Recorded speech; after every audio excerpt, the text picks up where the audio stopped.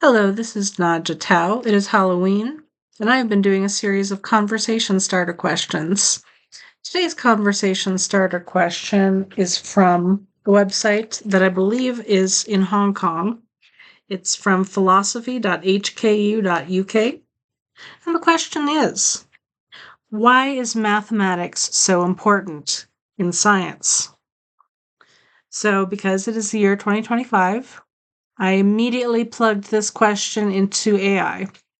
So I asked Google Gemini how it would answer this prompt, and it gave a very good answer. It gave, the standard, most correct answer, probably. It said stuff like math is the language of science, and math allows scientists to make models of the natural world, and it allows scientists to make predictions about the world.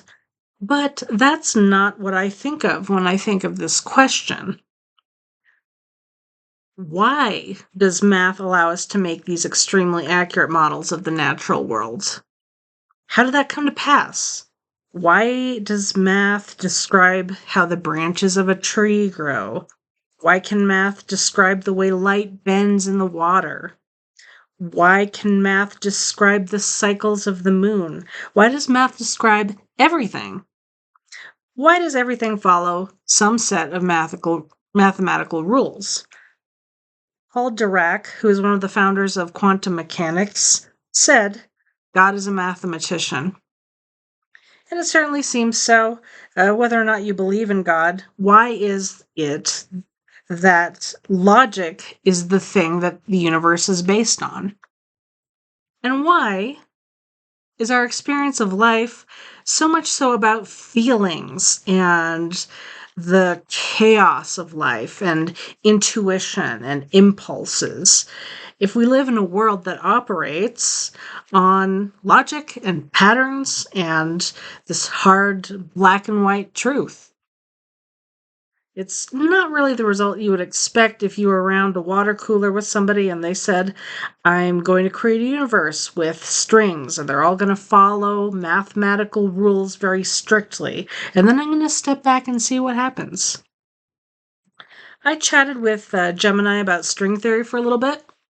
And it said that string theory is a little problematic because it suggests 10 to the power of 500 different universes, mostly with extremely unstable natural laws.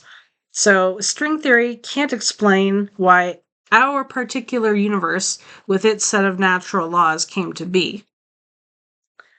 But string theory is also hard to prove because we're dealing with such small scales. I think that's probably the main reason.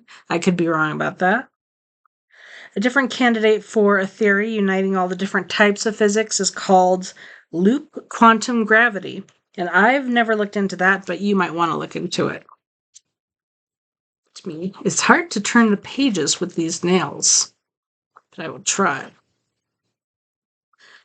I think of the history of mathematics as starting off as a philosophy, just an abstract philosophical curiosity in the 6th century, maybe, ancient Greece. When I was in high school, I had a super weird math curriculum. I took geometry 1, 2, and 3. At least that's what I remember. I went into the homeschool's website recently, and I saw a much more standard, normal high school curriculum for math anyway. But when it came to my SATs, I saw trigonometry on those SATs, and I said, what is this? I've never seen this before. And I could barely do algebra too.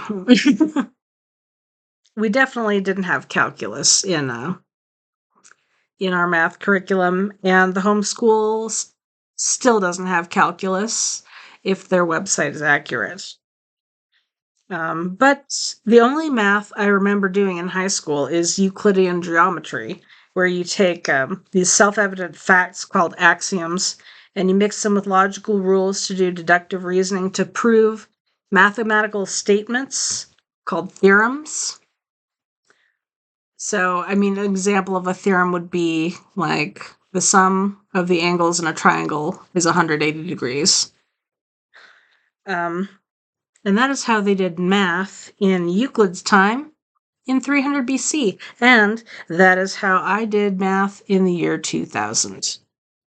I eventually learned regular high school math, like algebra, trigonometry, and calculus in college, though. I think my English curriculum was also really weird because I only remember writing one paper. The rest of the time was spent breaking down the parts of speech of a sentence, memorizing grammatical rules, and answering questions about grammatical rules. So I would use different markings to indicate that this is a noun, this is a verb, this is a preposition, this is an infinitive. And when I look at the current homeschool curriculum on the homeschool's website, it looks exactly the way I remember it. Just a strong emphasis on rules and multiple choice questions. But I'm not mad about either. I mean, I learned how to write essays in college and through a personal interest in writing. But anyway, I picture myself. I picture some ancient Greek philosopher saying, "Why don't I measure that thing?"